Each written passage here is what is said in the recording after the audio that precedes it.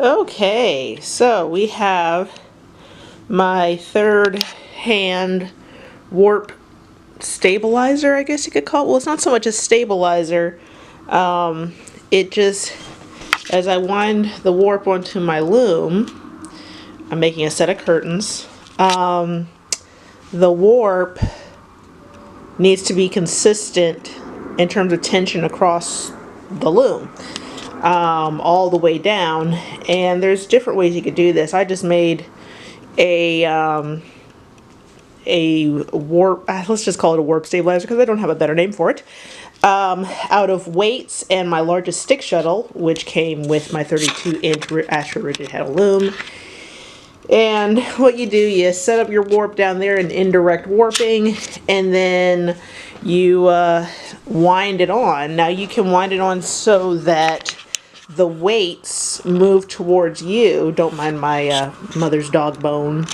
My mother's dog's bone. That's the dog. Indy. Hi. Oh, hey, how you doing? So you have it down there, and you can make it so that the weights come to you. Now, since I can't use two hands right now because I'm holding my camera, I'm gonna make the loom go to the weights.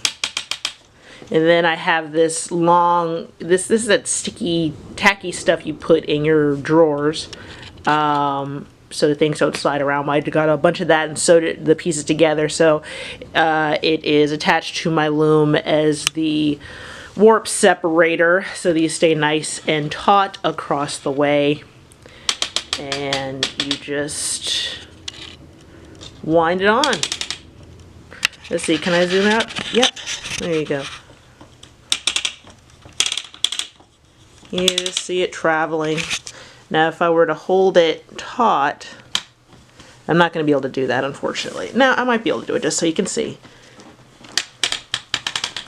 You can make it so that the weights come to you.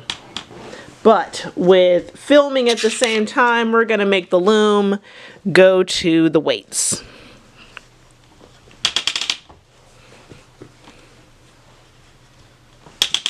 And that's how you do it. Keeps it nice and taut.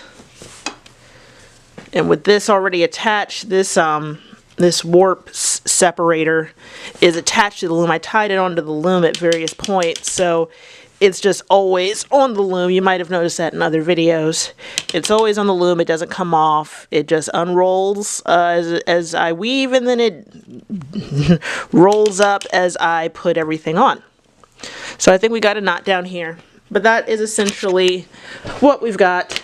There is your warp stabilizer. I just took my longest stick shuttle and I put weights on it, zip tied 2-pound weights, and that keeps everything nice and consistent. Now I'm going to redo this because I would rather use two hands so that you don't have all this bunching, but this is the gist of it. You can see what the warp stabilizer does. You can easily make one yourself using a pickup stick or a long stick shuttle. That stick shuttle, I never use it. I don't like using big stick shuttles. I'd rather fiddle with a smaller stick shuttle and all of that and just kind of push it through than use a large stick shuttle. So that one is dedicated to being my warp stabilizer.